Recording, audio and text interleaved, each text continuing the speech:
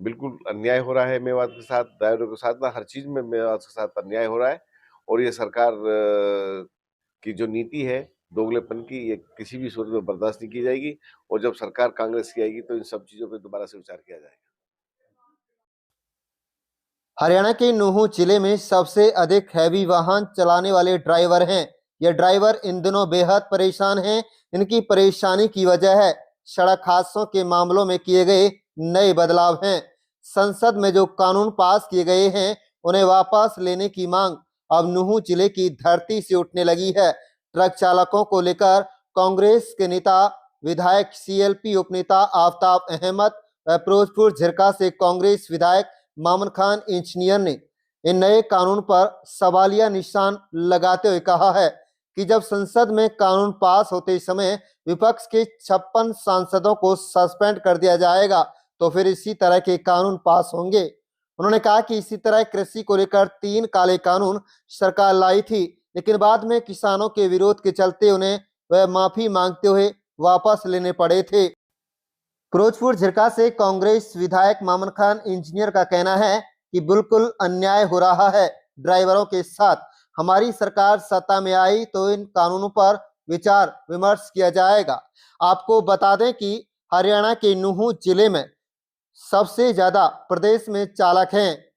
एक अनुमान है तकरीबन 50,000 से अधिक ट्रक चालक ड्राइवरी का धंधा कर अपने परिवार का गुजारा करते हैं। चालकों का कहना है कि अब सड़क हादसे होने पर गाड़ी छोड़कर भागने पर न केवल 10 साल की सजा होगी बल्कि लाखों रुपए का जुर्माना होगा।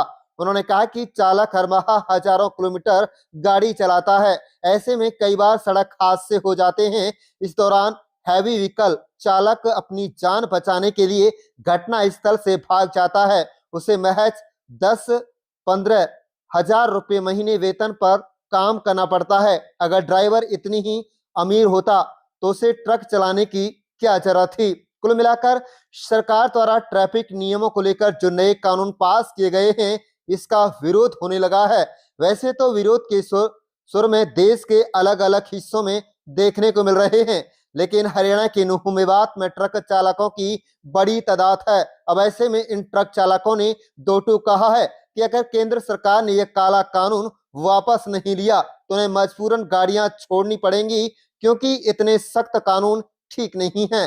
ट्रक चालकों ने तो यहां तक कह दिया कि छोटे वाहन चालक अपनी गलती से सड़क हादसा कर देते हैं और बड़े वाहन चालक की गलती मानी जाती है। उन पर कोई सख्ती केंद्र सरकार ने नहीं दिखाई है। लिहाजा हम नए कानून का विरोध करते हैं। इसे जल्द से जल्द सरकार द्वारा वापस लिया जाना चाहिए। चालकों ने तो यहां तक कहा कि देश की अर्थव्यवस्था को मजबूत बनाने में उनकी भी बड़ी भूमिका है, लेकिन सरकार के नए कानून उन्हें कतई भी मंजूर नहीं है। आप देख रहे हैं नूहू मेवात से लियाकत अली की रिपोर्ट।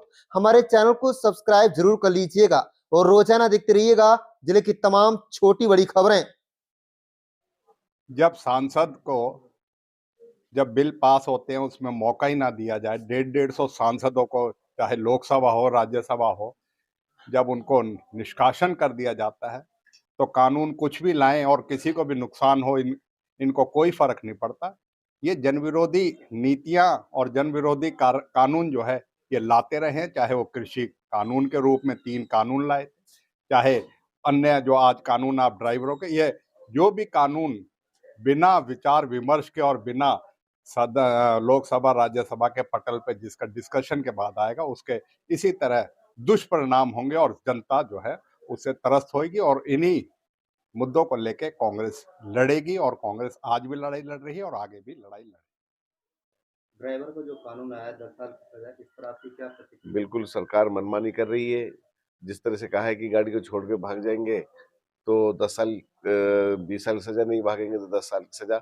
ये बताए सरकार की यदि वो वहां रह गए तो उनको बचाएगा कौन, उनकी जान माल की रक्षा कौन करेगा। मेवात एक ड्राइवर क्षेत्र है, कैसा मानते हैं?